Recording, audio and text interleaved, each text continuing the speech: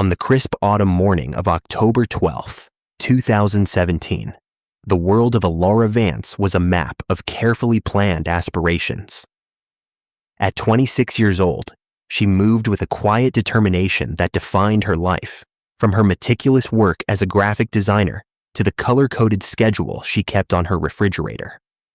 Her life was not one of chance, but of deliberate, thoughtful construction, and her greatest project was the dream of opening her own design studio.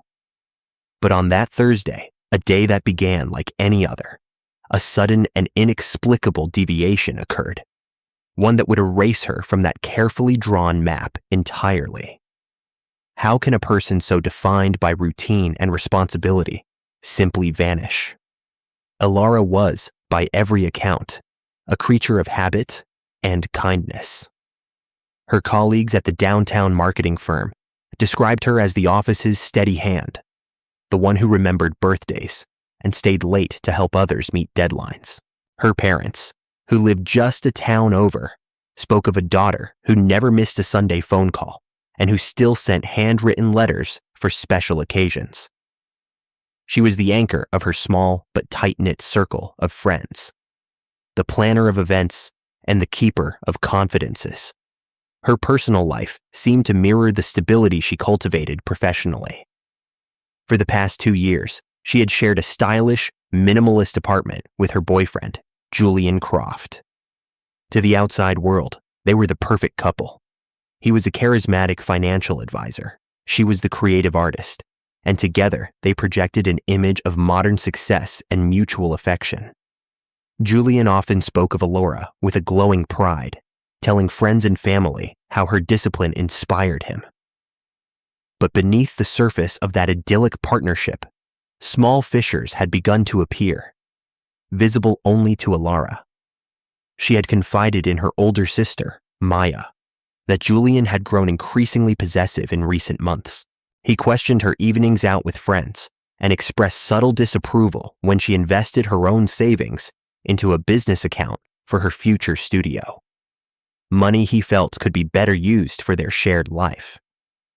Elara had brushed these instances off as stress from his demanding job, but a seed of unease had been planted.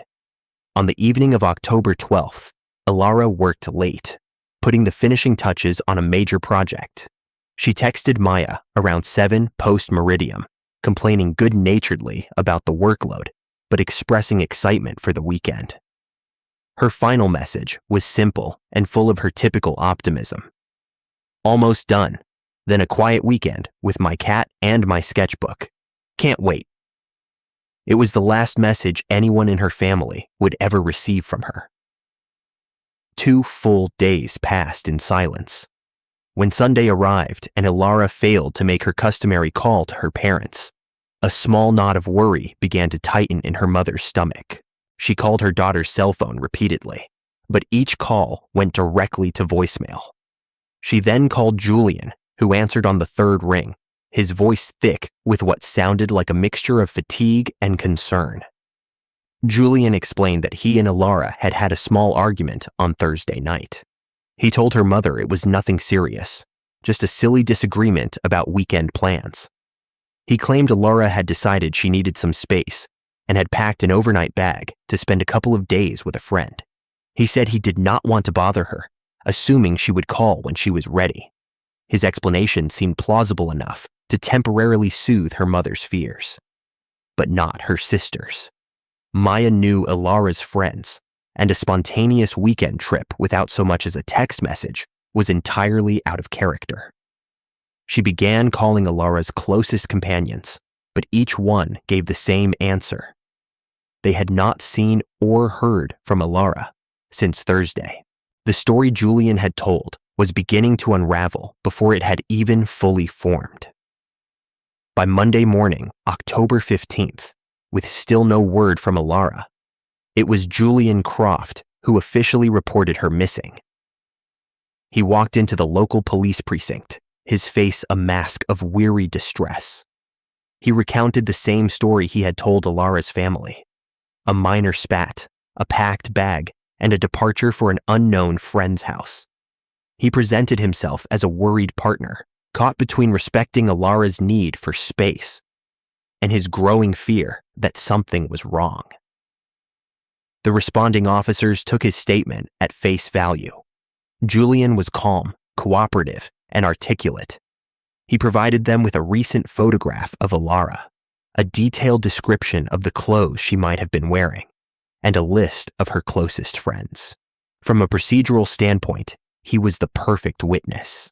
The initial assessment by law enforcement was that Elara Vance was a voluntary missing person, a young woman who had left on her own accord after a domestic disagreement. Investigators performed a cursory check of the apartment she shared with Julian. They found no signs of a struggle, no evidence of foul play. Elara's wallet was gone, her favorite denim jacket was missing from its hook by the door, and a small duffel bag was absent from her closet. Everything seemed to corroborate Julian's account. It was a neat, tidy scene that told a simple, non-threatening story. Detectives spoke with Elara's friends, who confirmed that she had not been in contact and that no plans had been made for a weekend getaway. This discrepancy was noted, but Julian had a ready explanation. He suggested that Elara, in her frustration, might have connected with an old acquaintance or even a new one, someone he did not know. He painted her as impulsive, a trait that those closest to her knew she did not possess.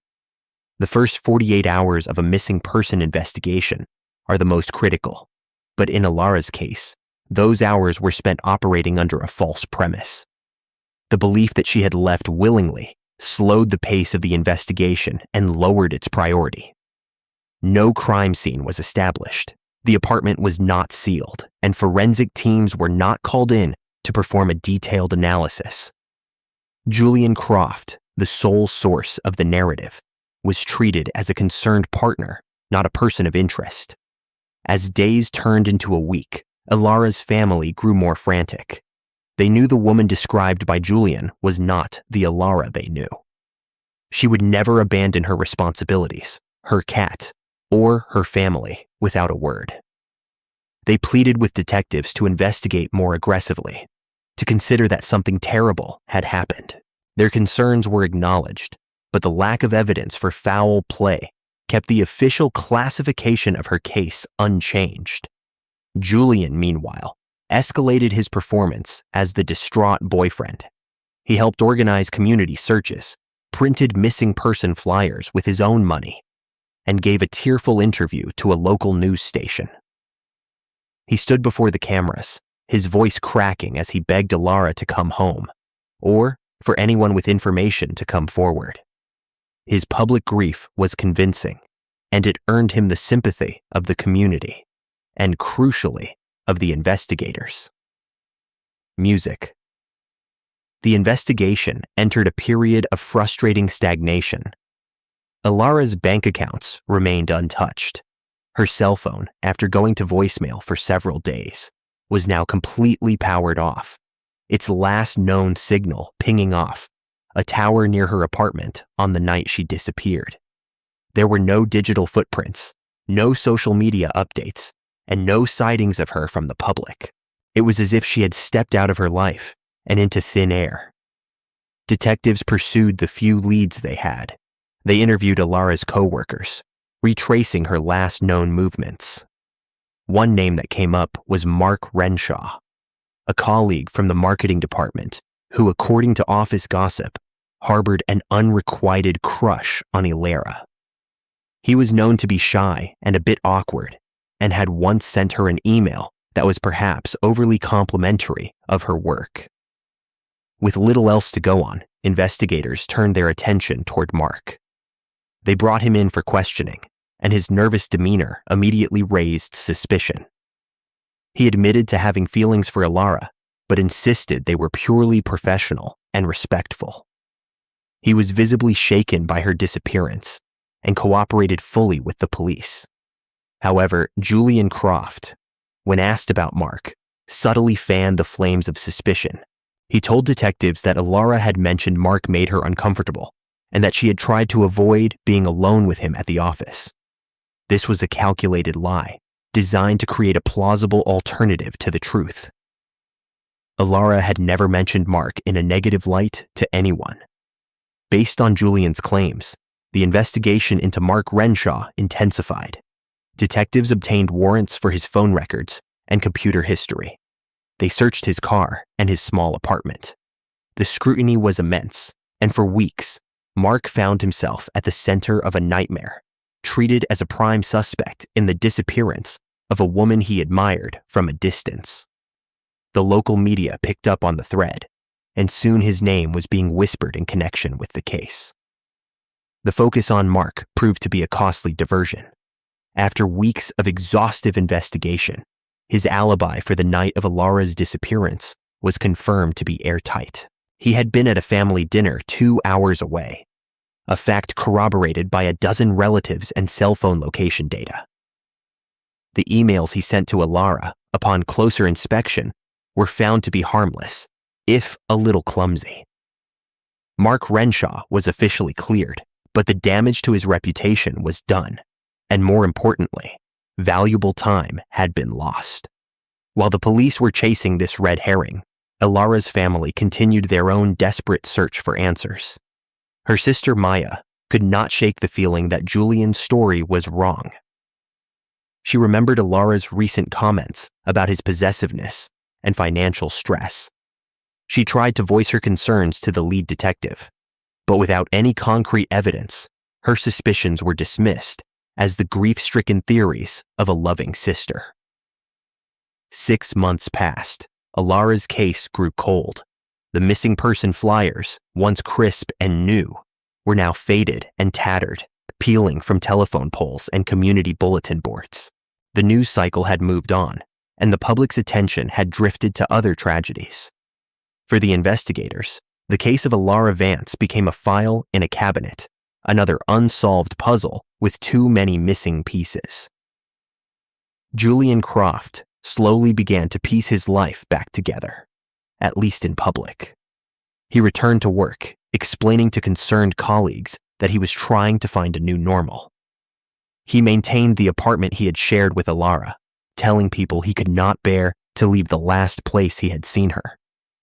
He continued to post occasional messages on social media, marking her birthday and other milestones with poignant remembrances, keeping his role as the grieving partner alive. He had successfully controlled the narrative from the very beginning.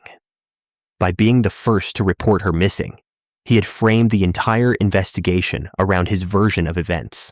His calm demeanor, his apparent cooperation, and his public displays of sorrow had created a shield of credibility that seemed impenetrable. The initial failure of the police to treat the situation with immediate suspicion had allowed his story to set like concrete. Behind the scenes, however, a different story was unfolding. Julian began quietly liquidating some of Elara's assets. He sold her car, claiming he needed the money for search efforts. He also filed a claim on a life insurance policy that he had taken out on her just 6 months before she vanished. The policy was significant, naming him as the sole beneficiary. Because Elara was still officially a missing person and not declared deceased, the claim was frozen. But his attempt to access the money was a quiet, damning action that went unnoticed by the stalled investigation. The case remained dormant for nearly a year. Elara's family lived in a state of suspended agony, with no closure and no new information. They held a vigil on the 1-year anniversary of her disappearance, a small gathering of friends and loved ones who refused to let her memory fade. Julian attended, standing beside Elara's parents, accepting their hugs and condolences. He looked every bit the part of a man broken by loss. Music. The break in the case came not from a sudden confession or a dramatic discovery, but from a quiet observation made by a neighbor. An elderly woman named Carol, who lived in the apartment directly below Elara and Julian, had been on an extended trip to visit family overseas when Elara disappeared. She had left a week prior and returned months later, long after the initial police activity in the building had ceased. One afternoon, while reading an old local newspaper she was using to line a drawer, she saw Elara's face staring back at her from a small article about the now cold case. The article mentioned the date of her disappearance, Thursday, October 12th. Carol froze, the date striking a chord in her memory. She remembered something from that night, something she had dismissed at the time. She recalled being woken up late that Thursday by a loud noise from the apartment above. It was not the sound of shouting or a typical argument, but a single heavy thud. It was so abrupt and forceful that it had made her sit up in bed. It was followed by an unnerving silence. Because the couple upstairs was generally quiet, she had assumed something heavy had simply been dropped. She had listened for a few moments, heard nothing more, and eventually fallen back asleep. Reading the article, however, placed that memory in a new, sinister context. She contacted the police department and left a message for the detective in charge of cold cases. She was hesitant, worried she was misremembering or that her information was useless after so much time had passed. But she felt compelled to speak up. The detective who received the message was initially skeptical. A year-old memory of a nondescript thud was hardly a smoking gun. But with no other active leads, he agreed to meet with Carol. Her testimony was clear and her memory of the event firm. The sound was distinct, she said, not like a piece of furniture falling, but something heavier, more final. The key detail was the timing. It happened late on the very night Julian claimed Elara had calmly packed a bag and left. Carol's statement was not enough to make an arrest, but it was the first piece of information that directly contradicted Julian's narrative. It provided the impetus for investigators to look at the case through a new lens. For the first time, they began to operate under the assumption that the crime had not occurred somewhere out in the world, but had happened inside that apartment. Armed with this new perspective, detectives petitioned a judge for a new search warrant for the apartment Julian still occupied. This time, they would not be looking for signs of a struggle visible to the naked eye. They would be bringing in a specialized forensic team equipped with advanced chemical and light-based technologies designed to uncover trace evidence. When the team entered the apartment, it appeared just as it had a year earlier. Clean, orderly, and unremarkable. But the forensics experts were looking for what could not be seen. They began in the master bathroom, a small, sterile space with white tile floors. An officer sprayed a fine mist of luminol across the floor and walls, and then shut off the lights. In the darkness, a faint, ethereal blue glow began to emerge. It was not a large pool, but a subtle pattern of spatter on the base of the bathtub and tiny, almost invisible traces along the grout lines of the floor tiles. Someone had done an exceptionally thorough job of cleaning, but the chemical agents revealed what the eye could not. The bleach used to scrub the scene had not been able to eliminate every last microscopic trace of blood. Samples were carefully collected from the glowing areas. The team also discovered more trace evidence under the baseboard, near the bathroom doorway, where a tiny amount had seeped underneath. The evidence was rushed to the state crime lab for DNA analysis. The waiting period was tense. If the blood belonged to someone else, or if it was not human, the new lead would evaporate. While they awaited the DNA results, a different team of investigators began a deep dive into Julian Croft's life, this time with the assumption of his guilt. They subpoenaed his financial records, his work emails, and his phone history from the past 18 months. The image of the stable, successful financial advisor quickly began to crumble. They discovered Julian was drowning in debt. He had maxed out multiple credit cards, taken out a high-interest personal loan, and had been receiving default notices from creditors. He had hidden all of this from Elara, who was known for her financial prudence. Investigators also uncovered the life insurance policy he had taken out on her, a detail he had conveniently failed to mention during the initial investigation. His motive, once obscure, was now coming into sharp, ugly focus: financial desperation. The most damning discovery, however, came from a source that had been overlooked a year ago.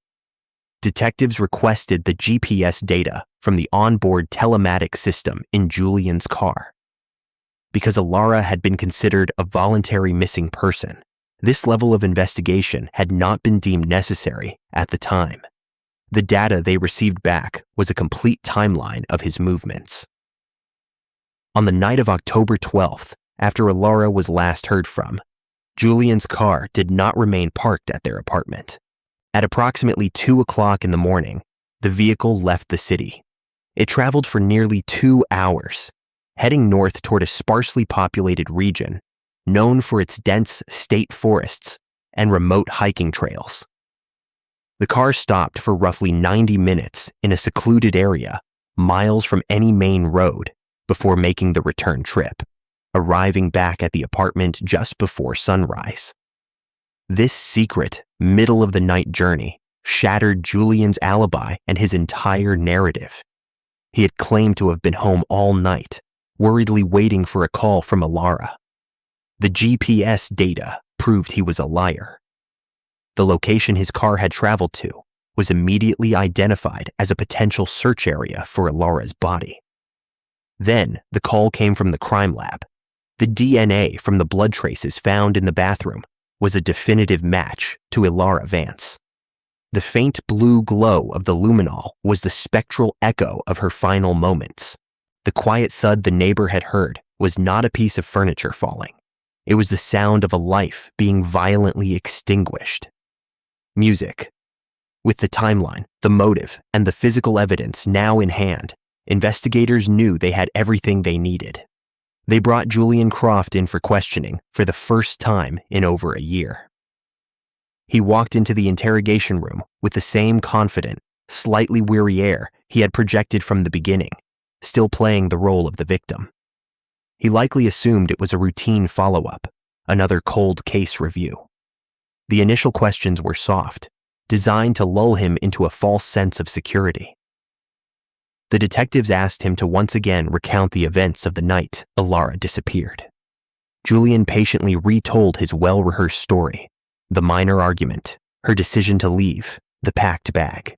He added small, convincing details, mentioning the specific jacket she wore and the way she had slammed the door without a real sense of anger.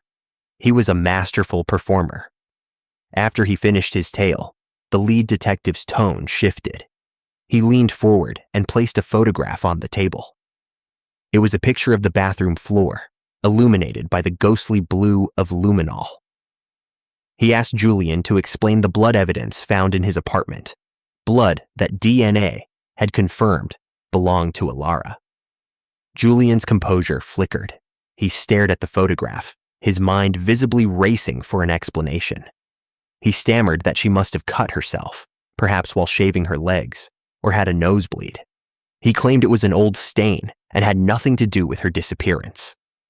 He tried to maintain his calm, but a bead of sweat trickled down his temple. The detective did not argue the point. He simply slid a second document across the table, a summary of Julian's financial records, highlighting his massive debts in red ink. He followed it with a copy of the life insurance policy he had taken out on Elara. He asked Julian why a man so financially secure would need such a policy on his girlfriend, and why he had attempted to cash it in while she was still considered missing. Julian's face paled. He began to breathe more heavily. He insisted the debts were a temporary cash flow problem, and the insurance policy was just responsible planning for their future. His explanations were becoming weaker, more desperate. The foundation of his carefully constructed reality was cracking. Finally, the detective laid down the last piece of evidence: a map. It showed the route his car had taken on the night of October 12th, a red line extending from his apartment to the remote, dark woods 100 miles away. The detective pointed to the coordinates where the car had stopped for an hour and a half. He looked Julian directly in the eye and asked him in a low, steady voice what he had been doing there at 3 o'clock in the morning. The map was the final blow. There was no plausible explanation for this secret journey. The GPS data was irrefutable, an electronic witness that could not be manipulated or lied to. The mask of the grieving boyfriend dissolved, replaced by the stark, cornered face of a killer. Julian Croft broke. He slumped in his chair and began to sob. The confession that followed was a torrent of self-pity and rage. The argument on that night had not been minor. Elara had discovered his hidden debts after a credit card statement was accidentally mailed to their apartment. She had confronted him, horrified not just by the financial irresponsibility, but by the depth of his deception. She had told him it was over. She was leaving him, and she was going to tell her family everything. She had packed a bag not for a weekend trip, but to move out for good. As she was about to leave, Julian had flown into a panic-fueled rage. He blocked her path, grabbing her arm. She tried to pull away, and in the struggle, he shoved her with all his force. Elara stumbled backward, losing her balance on the slick bathroom tile. The back of her head struck the sharp corner of the porcelain bathtub with sickening force. The thud that their neighbor had heard was the sound of the impact that ended her life. She was likely gone in an instant. Julian described his moments of panic, seeing her lying motionless on the floor. But his panic quickly gave way to cold, calculated self-preservation. He realized that calling for an ambulance would mean explaining what had happened, and that would lead to an investigation that would expose his debts, his lies, and his role in her death. So he made a different choice. He chose to erase her. Over the next several hours, he worked with a chilling methodicalness. He cleaned the bathroom with bleach, wrapped Elara's body in a heavy blanket, and carried her down to his car under the cover of darkness. He took her wallet and a few personal items to make it look like she had left on her own. He then drove to the remote patch of forest the GPS had identified, a place he knew from a past camping trip, and buried her in a shallow grave. He returned home before dawn and began constructing his alibi. He sent a text message from Elara's phone to his own, something vague about needing space, before powering it off for good and disposing of it in a public trash can miles away. When he called the police 2 days later, his story was polished and his grief was a performance he had already rehearsed for 48 hours. He had not just killed Elara. He had meticulously crafted a fiction to obscure the truth, a fiction that had successfully misled law enforcement for over a year.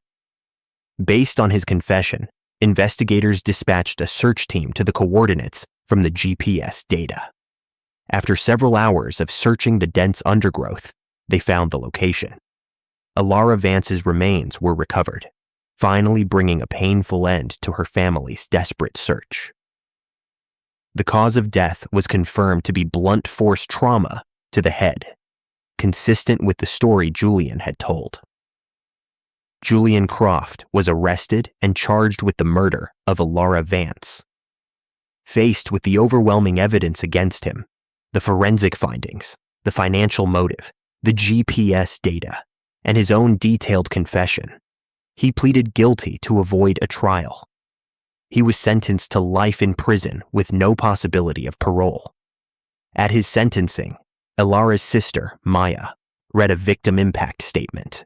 She spoke of a vibrant, loving woman whose meticulously planned future had been stolen from her. She addressed Julian directly, not with rage, but with a profound sense of sorrow for the trust he had betrayed. She told him that his greatest crime, beyond the murder itself, was the year of false hope he had inflicted upon her family, forcing them to search for a person he knew they would never find alive. The case of Elara Vance serves as a chilling reminder of how easily a narrative can be manipulated.